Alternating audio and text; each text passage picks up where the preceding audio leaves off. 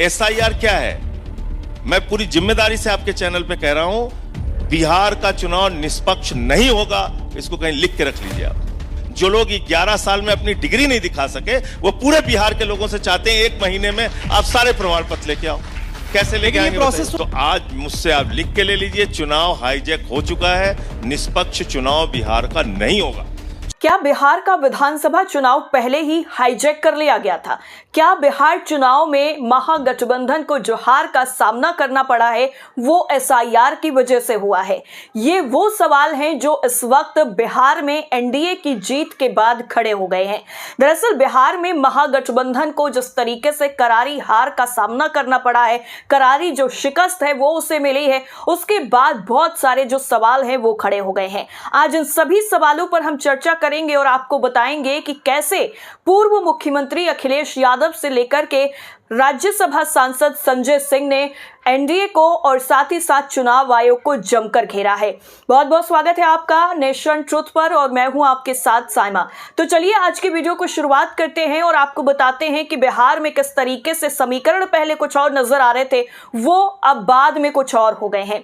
देखिए, एनडीए का जो पूरी तरीके से जीत है वो अब सामने आ चुकी है। इसमें अब अगर मगर किंतु परंतु की कोई गुंजाइश नहीं बची है। लेकिन बड़ा सवाल ये है कि क्या महागठबंधन के वो सारे दावे, वो सारे इरादे और वो सारे वादे जनता के लिए कोई महत्व नहीं रखते हैं? क्योंकि हर घर में जो सरकारी नौकरी की बात है वो तेजस्वी यादव ने कही, इसके साथ साथ और भी बहुत अच्छे अच्छे और बड़े बड़े जो दावे हैं वो किए। लेकिन बिहार की जनता क्या तेजस्वी यादव के वादों पर भरोसा नहीं कर पाई? क्या उनके लिए रोजगार, शिक्षा, नौकरी कोई मुद्दा नहीं है? इसलिए जो वोट है वो एनडीए की तरफ ज्यादा गिरा है। सबसे पहले मैं आपको पूर्व मुख्यमंत्री अखिलेश यादव और समाजवादी पार्टी के मुखिया का ट्वीट दिखाती हूं, जिसमें उन्होंने चुनाव आयोग को जमकर के घेरा है। इसके साथ साथ जो एसआईआर की प्रक्रिया है उस पर गंभीर सवाल अखिलेश यादव ने उठाए हैं। आपकी स्क्रीन पर जो ट्वीट है वो अखिलेश यादव का सबसे पहले मैं पढ़ करके बताती हूं। अखिलेश यादव ने लिखा है, बिहार में जो खेल एसआईआर ने किया है वो पश्चिम बंगाल, तमिलनाडु, यूपी और बाकी जगह पर अब नहीं हो पाएगा, क्योंकि इस चुनावी साजिश का अब भंडाफोड़ हो चुका है। अब आगे हम ये खेल इनको नहीं खेलने देंगे। सीसीटीवी की तरह हमारा पीपीटीवी मतलब पीडीए प्रहरी चौकन्ना रहकर भाजपाई मंसूबों को नाकाम करेगा। भाजपा दल नहीं, छल है। अखिलेश यादव का ये जो ट्वीट है वो ये साफ तौर पर दिखाता है कि विपक्षी खेमे में कितना ज्यादा असंतोष है, क्योंकि इस करारी शिकस्त की जो उम्मीद है वो किसी भी नेता को नहीं थी।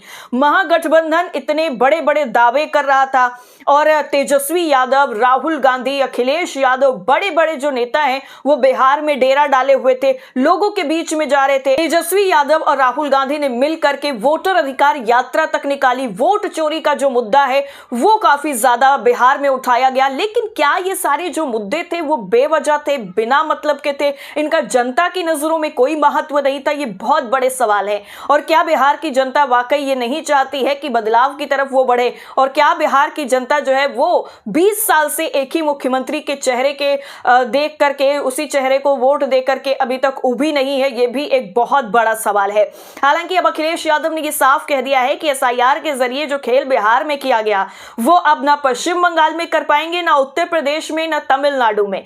क्योंकि जो एसआईआर की प्रक्रिया है बिहार में विधानसभा चुनाव के दौरान जब ये शुरू हुआ, चुनाव से पहले जब चुनाव की घोषणा हुई और जो टाइमिंग थी इसकी, उस टाइमिंग पर बहुत बड़े सवाल खड़े हुए। सबसे पहले जो वोट चोरी का मामला था वो राहुल गांधी ने उठाया। उसके बाद जब एसआईआर की प्रक्रिया शुरू हुई तो उसको लेकर के सवाल उठने लगे और लोगों की तरफ से, जनता की तरफ से दावा किया गया, ये बड़ा आरोप लगाया गया और कहा गया कि चुनाव आयोग ने अब वोट चोरी का एक ऑफिशियल तरीका जो है वो निकाला है और वो है एसआईआर। एसआईआर के जरिए वोट काटे जाएंगे और एसआईआर के जरिए आपको दिखाया भी जाएगा कि देखिए हमने ऐसे ऐसे करके सारी प्रक्रिया करी है, लेकिन असल में उसका जो खेल है वो आपको नतीजों में नजर आएगा। और वाकई जब आज 14 नवंबर ये वो तारीख है जिस दिन बिहार चुनाव के नतीजे आए और एनडीए को प्रचंड बहुमत मिला है और महागठबंधन सत्ता की कुर्सी से बेदखल हो गया है, तो ऐसे में बहुत सारे सवाल उठे। अब देखिए एसआईआर की जो प्रक्रिया है वो अब पूरे देश में होने वाली है।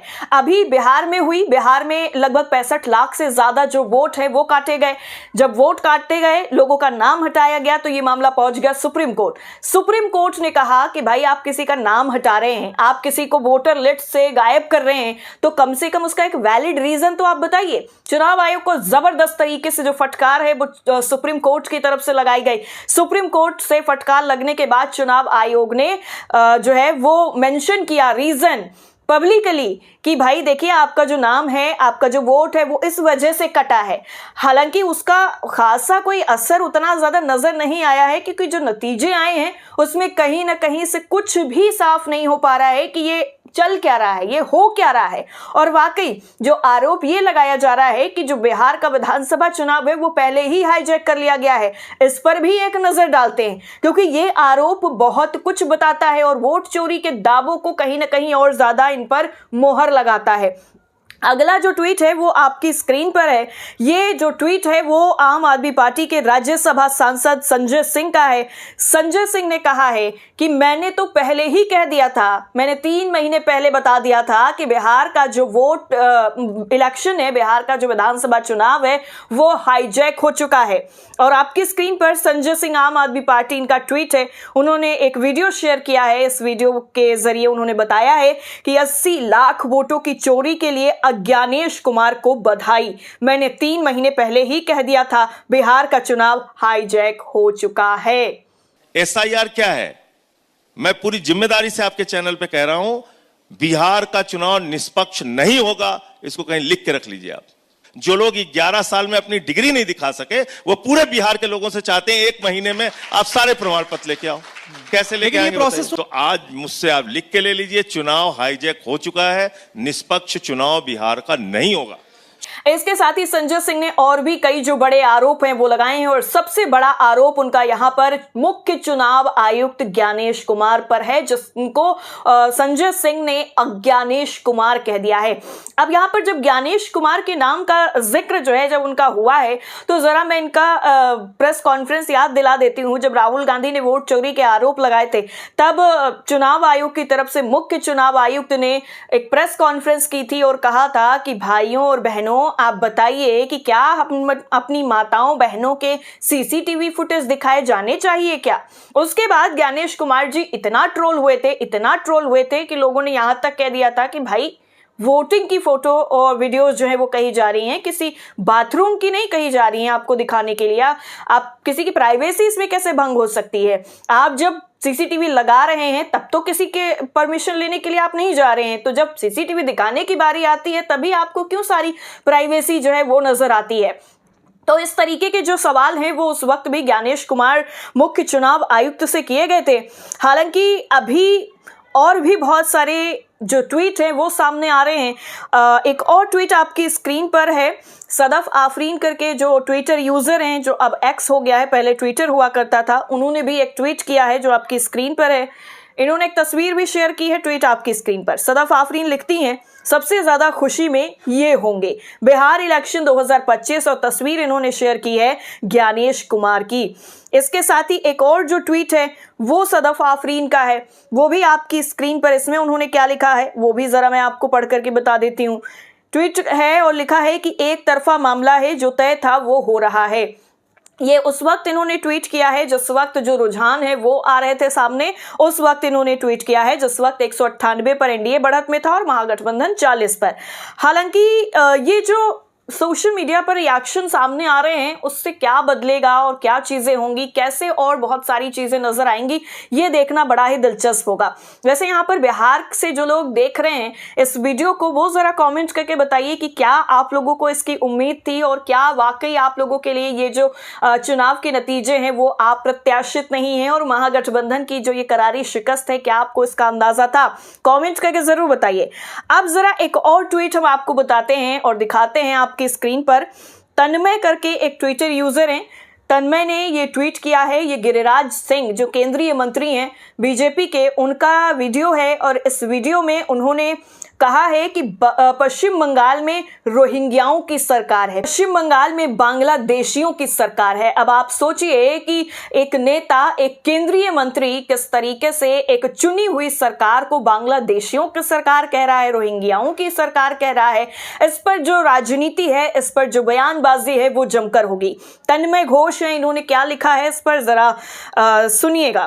Giriraj Singh फ्लटी rant against Bengal isn't a slip, it's the BJP for India real mindset. Calling our elected government Bangladeshi की सरकार is an abuse of Bengalis themselves. And the irony, Subhendu Adhikari to Sukanta, these very leaders are representatives of the same Bengali voters Giriraj Singh chooses to insult. This land of revolutionaries won't bow to Giriraj hate or BJP's arrogance.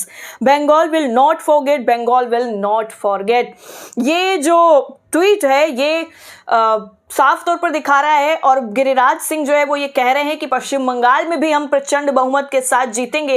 ये confidence है या over confidence है? और जो पश्चिम बंगाल में SIR शुरू हो चुका है, एसआईआर की जो प्रक्रिया शुरू हो चुकी है, बिहार चुनाव का उस पर कितना असर पड़ेगा, इसको लेकर के भी एक जो आर्टिकल है दैनिक जागरण का वो मैं आपकी स्क्रीन पर दिखाना चाहती हूँ, जिसमें कहा गया है कि बिहार में एनडीए की वापसी से बढ़ी ममता की टेंशन, क्या बंगाल के नतीजों पर होगा इसका असर? देखिए, पश्चिम बंगाल के लिए एसआईआर और बिहार का जो चुनाव है वो कितना असर डालेगा ये 2026 में जो विधानसभा चुनाव है तब पता चलेगा। लेकिन अभी से ये जो माहौल है वो कहीं ना कहीं बनाया जाने लगा है कि बिहार गया तो समझो पश्चिम बंगाल भी गया। लेकिन आपको क्या लगता है, ममता बनर्जी इतने सालों से सत्ता पर काबिज हैं, क्या वो इतनी आसानी से अपने हाथ से सत्ता जाने देंगी? और या सिर्फ और सिर्फ ये जो एक नैरेटिव है वो सेट किया जा रहा है जिससे जो वोटर्स हैं उनके दिमाग में कहीं ना कहीं ये चीज पहले से ही ये जो चीज है वो फिट कर दी जाए।